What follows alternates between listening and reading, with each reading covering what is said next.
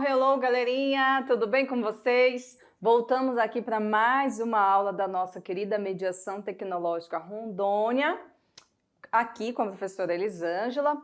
E agora nós vamos para a nossa querida aula, né? Nossa aula 19, é isso aí. E os assuntos da aula de hoje, continuamos sobre aquele bate-papo sobre raça, racismo e América Latina, só que essa nossa aula parte 2, onde nós vamos falar aqui sobre outros assuntos, fazendo alguns diálogos com alguns temas da aula passada. Vamos conferir aqui no nosso quadro e a gente já começa essa aulinha de hoje, que tem muita informação, muita coisa, gente. Bom, o tema de hoje nós vamos falar sobre raça, racismo e etnia, tá? Mas aí a gente vai falar a partir de um quesito, um conceito chamado marcador social da diferença. A gente vai começar a partir da visão biológica, e essa visão biológica que foi construída para a criação da ideia de raças, né? E nós vamos terminar falando sobre o olhar sobre a América Latina, o giro decolonial. Eita, agora vocês vão ficar um pouco confusos. Aí, professor, o que é esse decolonial? A gente vai falar sobre isso nessa aula. E aí você pode até fazer uma alusão aí, colonial tem a ver com colonização? Sim, tem a ver com colonização. E aí na próxima, daqui a um pouquinho eu já começo com esse tema e a gente vai entender exatamente o que é esse termo decolonial, tá bom? Então vamos lá, pessoal, vamos começar então falando sobre esse tema, raça, racismo e etnia, América Latina, parte 2, tá? Bem, vocês lembram na aula anterior que a gente começou falando sobre alguns teóricos que defendiam uma teoria chamada eugenia. Lembram? Pois é. Nessa temática da eugenia, os estudos biológicos sobre o ser humano, né, o corpo humano de uma maneira geral, sobre a anatomia do ser humano, o funcionamento do corpo humano, dava-se para a tentativa de defender uma ideia de que haviam, né, pessoas que tinham características próprias de superioridade e de inferioridade. Foi aí que surgiu, então, o racismo científico, lembram? Então, nessa ideia do racismo científico, a gente viu que essa visão biológica do ser humano, nessa teoria, não estou dizendo outras teorias, estou falando nessa teoria da eugenia, ela era uma tentativa de demonstrar que haviam seres humanos com algumas características físicas, como vocês podem ver aqui a questão do crânio, né? Fazendo comparações com o crânio do macaco até o crânio de uma pessoa. E aí eles falam, olha só, se vocês começarem a perceber aqui, que eles querem dizer que as pessoas negras tinham um formato da cabeça, do crânio, mais próxima de um macaco. Até aí, ok? Mas qual é o problema nessa teoria? É que eles queriam dizer que a inteligência e toda essa questão aí da evolução humana, eles defendiam que o ser humano, o negro ou a negra, estavam mais próxima do macaco, de um ser que eles chamavam de involuído, de um ser que não pensava. E à medida que o tempo foi passando, né, os formatos foram mudando e aí eles defendiam que passava por esses estágios de evolução. Ou seja, quanto mais a cabeça tinha um formato parecido na cabeça deles, tá, gente? Quanto mais perto da anatomia de um animal como o macaco, menos evoluído era a pessoa. Então, essa teoria que foi chamada depois de racismo científico. E esse desenho aqui, gente, é um desenho do século XIX, tá? De alguns teóricos, estudiosos, médicos, que tentavam trazer essa ideia de raça superior e raça inferior. Porque no fundo disso tudo, eles queriam comprovar, eles queriam criar uma pseudociência que demonstrassem que a raça branca era a raça superior. E aí eles inventaram essa história aí de que a pessoa com formato de cabeça igual de macaco era menos evoluído, né? Então isso a gente chama hoje de marcador biológico, o marcador social da diferença, que é a raça. Porque dentro do quesito raça é onde a gente começa com as discussões sobre a eugenia, o racismo, o preconceito, né? Então, as diferenças físicas, nesse caso, foram utilizadas como um rótulo.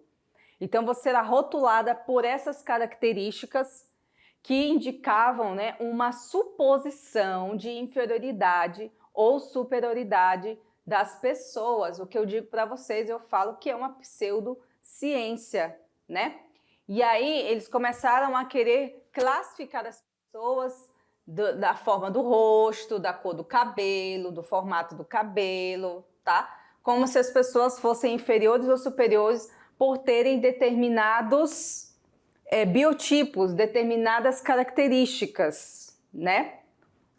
E aí a gente tem aqui de novo, né? No século XVIII, a cor de pele, ela foi transformada no principal critério classificatório das hierarquias raciais produzidas pela ciência natural, tá? Aí, de novo, olha só aqui, ó. Eles pegaram o crânio de diferentes pessoas com diferentes características, pegaram o crânio de um macaco, do chimpanzé, e fizeram comparações desses crânios para, de novo, querer demonstrar que o crânio do homem negro, do ser humano negro, era mais próximo do crânio de um macaco, ou seja, que ele era menos evoluído, né, de inteligência, de habilidades, né? E que o crânio de um europeu, por ter esse formato, era mais evoluído. Então se criou uma narrativa de inferioridade, de superioridade dentro da própria ciência, tá? Então foi uma narrativa que justificou situações, eventos como a escravidão. Porque aí você me pergunta, professora, mas a escravidão já não existia antes? Se você for olhar no tempo bíblico, de algumas etnias ali daquela região, dali da África, né, Oriente, África, realmente havia a escravidão. Mas o que foi diferente, então, nessa escravidão que ocorreu na época das grandes navegações e das colonizações das Américas? O que tinha de diferente aí? Tinha um fator primordial, porque a escravidão naquele momento estava baseada na cor de pele da pessoa, né? Então, se ela era negra, então ela era inferior. Então, se ela era inferior, ela poderia ser escravizada. E também na etnia, porque os indígenas também foram escravizados, porque eram vistos, tudo que você queria fazer com que fosse explorado, você comparava ou aproximava dos animais e da natureza. Então, as pessoas que eram próximas da natureza, que eles diziam que eram selvagens, porque moravam nas selvas selvagens, então poderiam ser explorados porque não eram humanos como nós. Esse era o discurso, não é humano como a gente, é um subtipo ali de ser humano, não sei, uma coisa meio animalesco, então a gente pode explorar, né?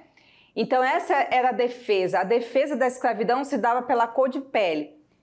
Agora, no tempo bíblico, que vocês devem ter visto ali, por exemplo, no tempo de José no Egito, África. Tinha escravidão? Tinha, porque José foi vendido como escravo, não foi? Mas qual era a prerrogativa, qual era a regra que se tinha para escravizar uma pessoa naquela época? Não era a cor de pele, era às vezes a etnia, era às vezes o povo escravizado por um outro povo que tinha sido dominado pela guerra, era às vezes por uma dívida, às vezes a pessoa para pagar uma dívida se submetia à escravidão por um tempo. Então, quer dizer, naquela época a escravidão também tinha pagamentos. Já a escravidão negra não, a pessoa era presa como se fosse um animal dentro de uma gaiola e ela era obrigada a trabalhar até morrer. Então você vê que as características dessa escravidão colonial do século XV para frente ali, do mercantilismo, enfim, da conquista das Américas, ela tem algumas diferenças e essas diferenças são sentidas pelo nosso povo até os dias de hoje, gente. Então vamos voltar aqui porque aí vocês vão entender o porquê que eu tô falando, porque elas são sentidas até os dias atuais.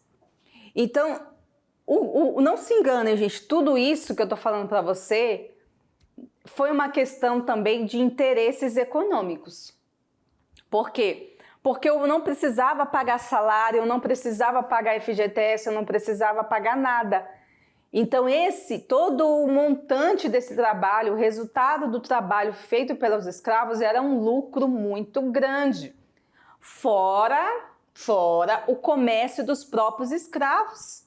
Então tinha os grandes mercadores de escravos, pessoas que iam lá na África, pegavam, capturavam, traziam para o Brasil, para outros países, para serem vendidos. Então tinha um comércio muito grande de escravos. Então não era só uma questão de escravizar por achar que eles eram inferiores, não era só isso. Também tinha interesses muito grandes, tanto econômicos como políticos, que era referência àquela elite da época, né? Então os europeus justificaram suas ações com a ideia. Só que assim, eu precisava de um discurso, entendeu? Eu precisava de uma narrativa para justificar a escravidão, porque se eu falasse que era só por dinheiro, ia ficar muito feio para mim, né? Então eles justificaram com toda uma narrativa, por que eles eram escravizados, né? Naquela época até mesmo a igreja fechou os olhos para tudo isso. Então os europeus justificaram suas ações com a ideia de que esses povos eram inferiores, porque possuíam características culturais diferentes. Então foi assim, né, gente, que surgiu esse racismo negro. Porque o racismo não é só em relação a pessoas negras. O racismo é todo preconceito com as raças. Pode existir um racismo asiático, você sabia disso? Mas quando a gente fala do racismo negro, é justamente por todo esse histórico que a gente está falando aqui, de séculos e séculos de escravidão, né? Então o racismo, ele está presente muito mais forte na comunidade negra. Então o racismo também é toda ação preconceituosa, discriminatória ou segregacionista que é perpetrada contra qualquer indivíduo e grupos por causa de sua origem étnica. Então, como eu acabei de dizer, o racismo não está relacionado apenas às pessoas negras. Porém, o histórico do racismo no mundo, ele acaba apontando para uma maioria desses casos em relação a pessoas negras. Por quê? Fruto de todas essas ações que eu contei para vocês, da colonização, da venda de pessoas escravizadas, do racismo negro, entendeu? Então, como a teoria tenta justificar uma superioridade étnica a partir de supostos atributos herdados biologicamente. Então, a pessoa que tem sorte de nascer branca, né? Porque se você for olhar nesse histórico de violência contra os negros, a pessoa que nasce branca é muita sorte, né? Branca, dos olhos azuis, loira, então nem se fala. Então, essa pessoa não vai sofrer o que os negros sofrem, né? Ela não vai ser seguida dentro de supermercado por ser negra, por acharem que ela vai roubar alguma coisa. Ela não vai deixar de conseguir um emprego por causa da cor de pele. E é disso que a gente está falando, né? Então, o racismo é uma visão de mundo carregada de ideologia, né? Pensada com uma falsa consciência da realidade, que esconde um fato não confessado desde aquela época, né? A relação de poder e dominação de determinados grupos sobre outros grupos, a ponto de fazerem coisas inimagináveis, como essa que a gente está vendo nessa imagem, né? Pessoas sendo castigadas, mortas. Há relatos praticamente indizíveis sobre o que aconteceu na época da escravidão, gente. As pessoas, elas eram obrigadas a fazer coisas que eram subhumanas. Aqueles que se negavam, ou eles eram castigados até a morte, ou eles tinham que se submeter, não tinha escolha para essas pessoas. Imagine quantas crianças nasceram sem escolher o destino delas, elas simplesmente eram obrigadas a ser escravas. Algumas eram sacrificadas, outras eram vendidas logo após o nascimento, né? Velhos também, quando não serviam mais para o trabalho, eram deixados no mato para morrer, né? Ou então matavam mesmo. Então aconteceu coisas inimagináveis com essa população, gente. É por isso que a sociedade tem uma dívida histórica com a escravidão. Essa dívida não vai ser paga nunca, porque todas as vidas que morreram não tem preço. Mas pelo menos para os seus descendentes que possa ter um mínimo de oportunidade de vida, né?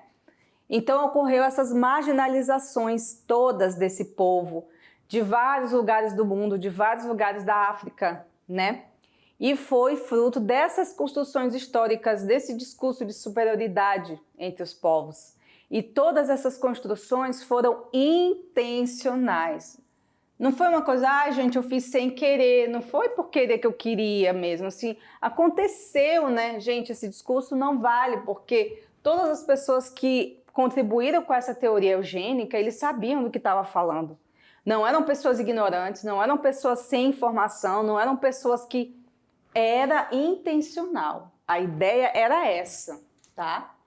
Então a gente tem, por exemplo, uma data para lembrar, para falar dessa luta, desse dia que não é um dia de comemoração, porque é um dia que a gente lembra de todas essas situações que aconteceram no mundo, de pessoas que foram mortas e pessoas que são perseguidas até os dias de hoje por conta dessa condição racial, né? Que é o dia 20 de novembro. O dia 20 de novembro é o Dia Nacional da Consciência Negra. E aí, sobre esse dia, eu queria só falar sobre as narrativas que se constroem de determinadas questões, né? Porque vocês devem ter ouvido falar e eu gosto de trazer para a gente discutir. Muita gente defende, mas consciência não tem cor, né? Já ouviram falar nisso?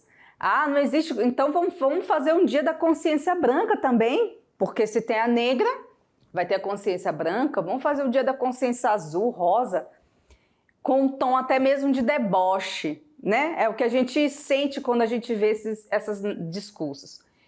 Na verdade, gente, o dia da consciência negra é para lembrar desse holocausto praticamente, porque, gente, o tanto de negros que morreram vítimas da escravidão, desde o início da escravidão até as consequências que isso ficou anos e anos e anos, foi muito maior, né, do que as pessoas que morreram vítimas do Holocausto ali na Alemanha, né, do nazismo.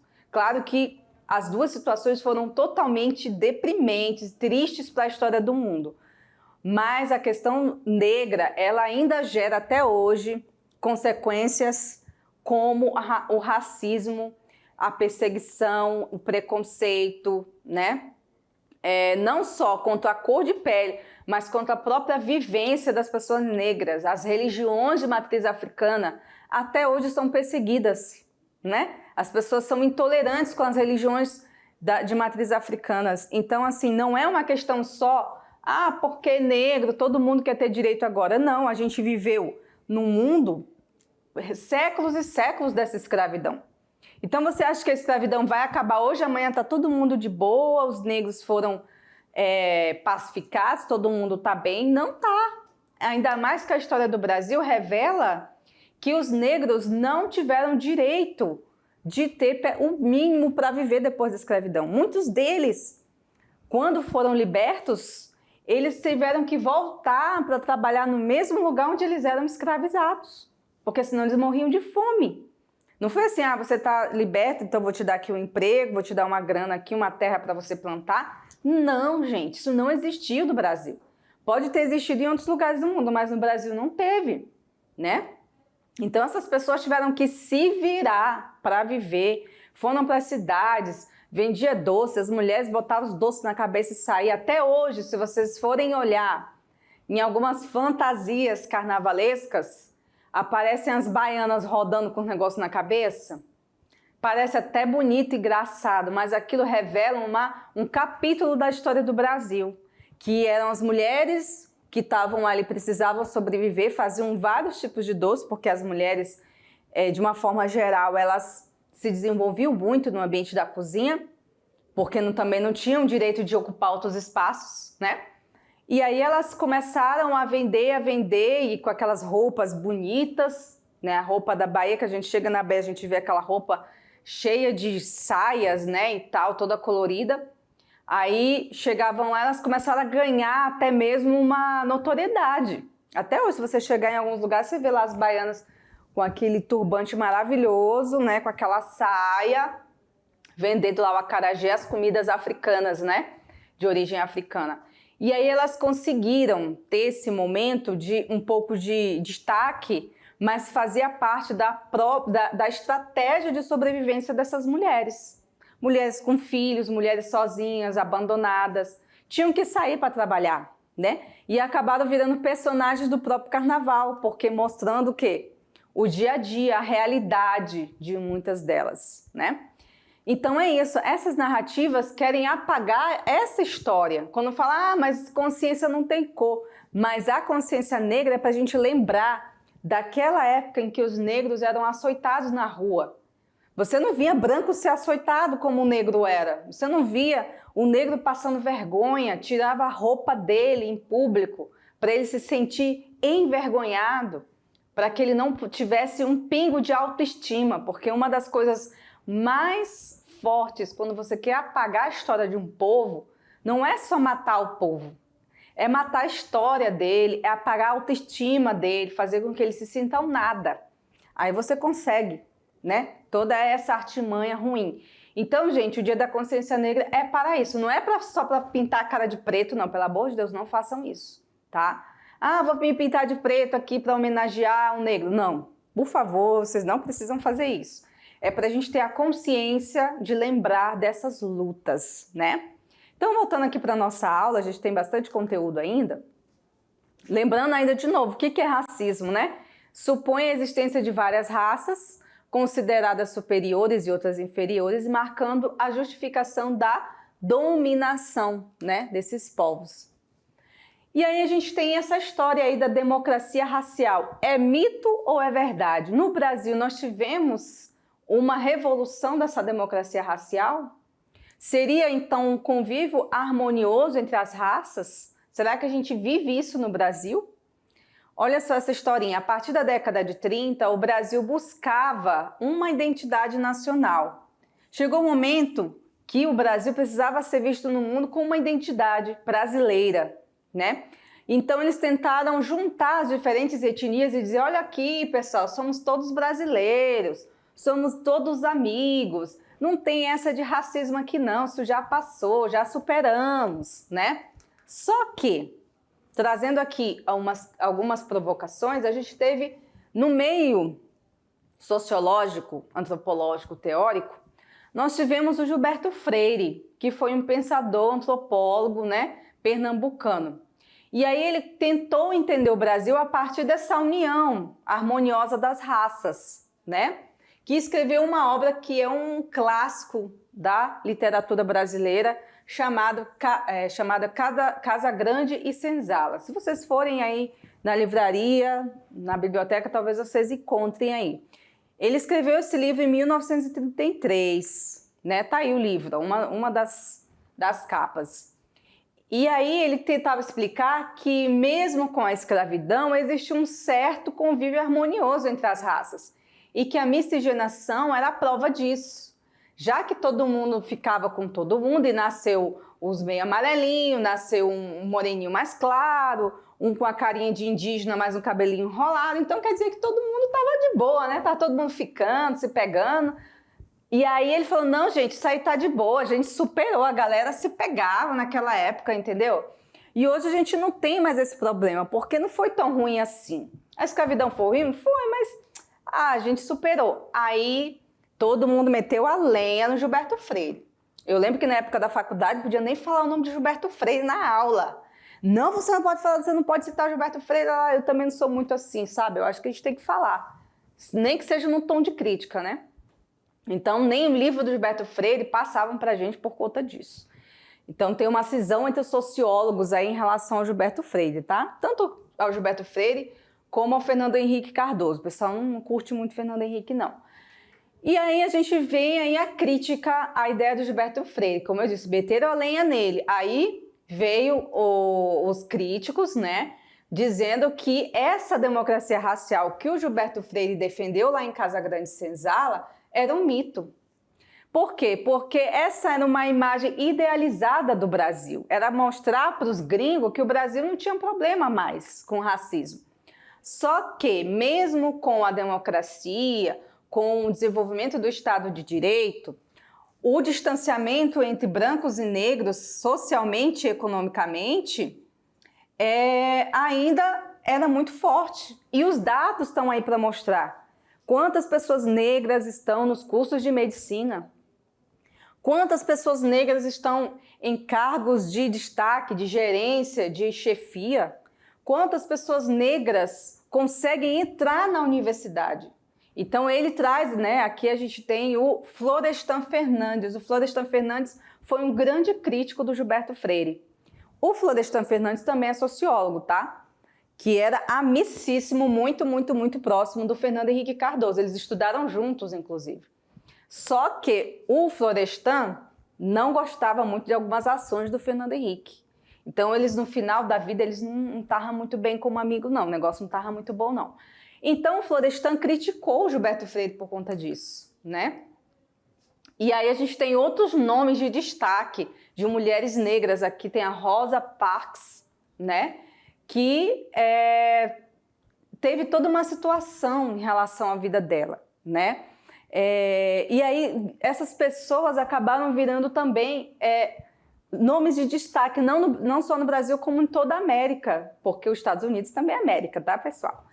Então, são mulheres e homens que lutaram. A gente tem esse que é maravilhoso, que eu amo muito, que é o Luther King. O Luther King sempre foi um cara que lutou, né, pela causa negra, era um pastor batista, era um homem que não queria a violência, ele achava que dava para a gente se reconciliar com a nossa história, para que os negros e os brancos pudessem viver em harmonia. Ele diz que tem aquela célebre frase dele, né? I have dream, eu tenho um sonho de ver os meus filhos julgados por sua personalidade e não por sua cor de pele.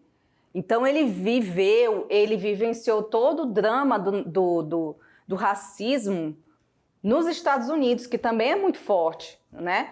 E, infelizmente, o Luther King, assim como outros defensores da causa negra, foram assassinados, tá? Geralmente, quando surge um nome assim, gente, que vai para cima, que defende as causas sociais, étnicas, de racismo, que vai, né, contra o sistema, eles são perseguidos, tá? Eles são perseguidos, muitos são mortos, outros têm que viver se escondendo, né?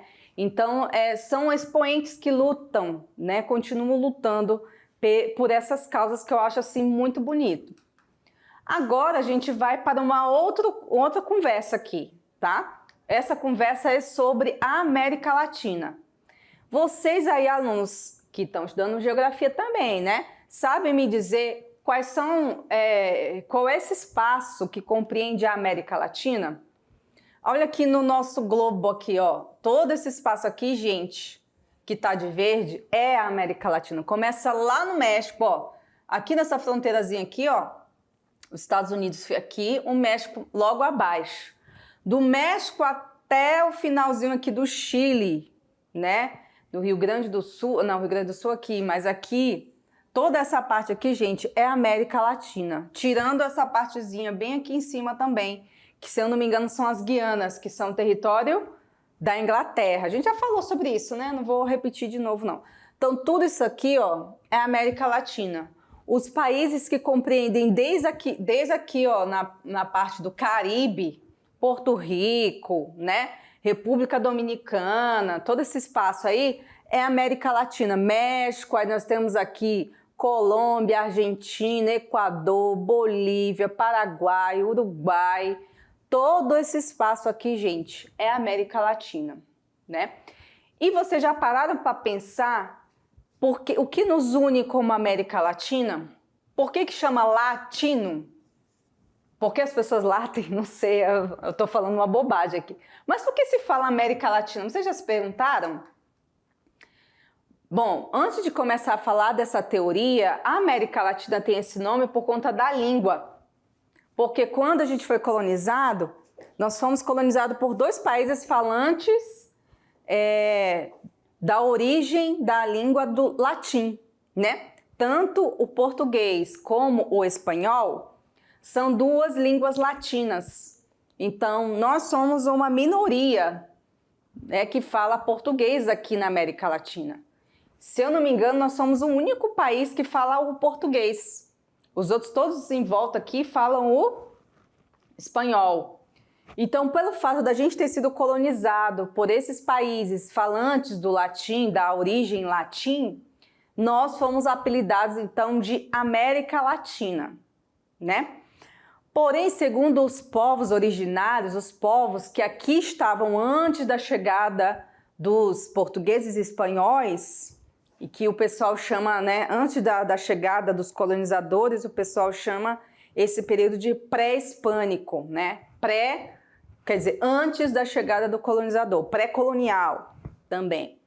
Os povos que aqui viviam eram enormes, tinham grandes impérios aqui, né? O Império Inca era um deles, né? Ali para cima, a parte do México, já era um outro império. Não sei se era os maias ou era dos astecas, mas eu acho que eram astecas. Os astecas já viviam ali no outro império, com evoluções já muito grandes na área da agricultura, tecnologia. Eles já tinham coisas que nem os colonizadores tinham. Só para vocês terem uma ideia, ainda chamar a gente de evoluído é que era engraçado, né? Um discurso desse, né, gente? Eles fizeram coisas extraordinárias que os colonizadores, quando chegaram aqui, aprenderam com eles. E essa área aqui toda, que não era América Latina, porque eles nem entendiam o que era o latim, cada um falava a sua língua, o seu idioma, eles chamavam essa região toda aqui de Abiala. Abiala quer dizer América para eles. Toda essa América para eles aqui era Abiala. E algumas regiões eles chamavam de nomes diferentes. A região onde nós moramos, aqui no Brasil, eram chamadas por eles de Pindorama. Pindorama. Então tem até alguns institutos aqui, acho que no Brasil tem um lugar chamado Instituto Pindorama, não sei o que Pindorama, um programa não sei o que Pindorama, porque ele quer dizer o que é a origem desse nome do Brasil, que ainda não era Brasil. Nem se falava em Brasil naquela época, né? Brasil foi um nome designado pelos colonizadores, né? Então toda essa América Latina aqui tinha uma história antes dos colonizadores. Vocês entendem isso? Já existia uma história deles, já existiam civilizações, já existiam povos, já existiam até brigas, né? Povos que brigavam, guerreavam aqui. Então assim, quer dizer que ele descobriu a América? Não, gente, não descobriram nada, isso aqui já existia, né? Há anos e anos, com vários povos que foram migrando e vieram da Ásia para cá, tinha toda uma situação aqui, tá? Agora voltando para a teoria pós-colonial. A teoria pós-colonial, ela se refere a uma perspectiva teórica e cultural que se realiza na releitura da colonização, ou seja, falar da colonização como não só a história de quem veio da Europa para cá, mas e sim de quem viveu aqui antes, né? Então, eles querem que essa história seja reescrita, né? E não é possível falar de uma teoria única pós-colonial, porque se a gente está falando de vários povos, são várias histórias, não é mesmo? Mas de uma série de estudos que trazem contribuições e orientações distintas nas mais variadas áreas do conhecimento, de que em comum o fato de realizarem fortes críticas às narrativas eurocêntricas do modelo civilizatório universal. Então tá aqui, ó, a gente está falando desse território. Teoria pós-colonial, né, também se refere a isso aqui, ó. Território que vem desde o México, Cuba, Guatemala, Nicarágua, Panamá, Colômbia, Porto Rico e todo esse lugar aqui, ó. que um dia eu quero conhecer todos. Ainda não consegui conhecer, mas aqui nesse mapa aqui eu já estou mergulhando, que eu já conheci 5 países. Então, vamos continuar a saga, né? Quem sabe eu não consiga conhecer todos os países da América Latina, né? Meu sonho. Meu sonho. E aí, temos um nome de um cara que fala sobre orientalismo, que é o Edward Said. O Said, ele não era latino, tá? Ele se eu não me engano, ele é iraniano, africano, eu não lembro ainda. Ele era um autor que ele trabalhou a questão do discurso do Ocidente sobre o Oriente, porque ele diz que todas as narrativas levaram a essa questão da ocidentalização, que era uma estrutura de dominação do povo sobre o outro. Então, assim, a história que eu conto de vocês é a minha história sobre vocês, não é a história de vocês. E é esse o questionamento que se faz. Então, o Said, ele fala da noção de modernidade ocidental, porque a modernidade, o discurso de modernidade, começou no Ocidente, né?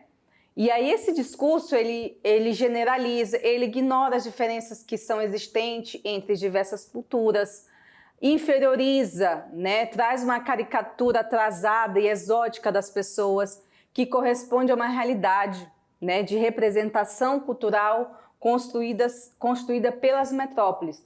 É como se as pessoas saíssem, chegassem no lugar e vissem os indígenas como se fosse assim, olha que lindo, tira uma foto comigo, vocês são tão engraçadinhos, diferentes, né? É uma ideia de exotizar os povos. E isso ele é totalmente contra, né? Agora, o pensamento decolonial, ele já se refere à América Latina, tá? Por quê? Porque o pós-colonialismo, ele tentou explicar uma outra percepção relacionada ao Oriente. A América Latina precisava de teorias próprias.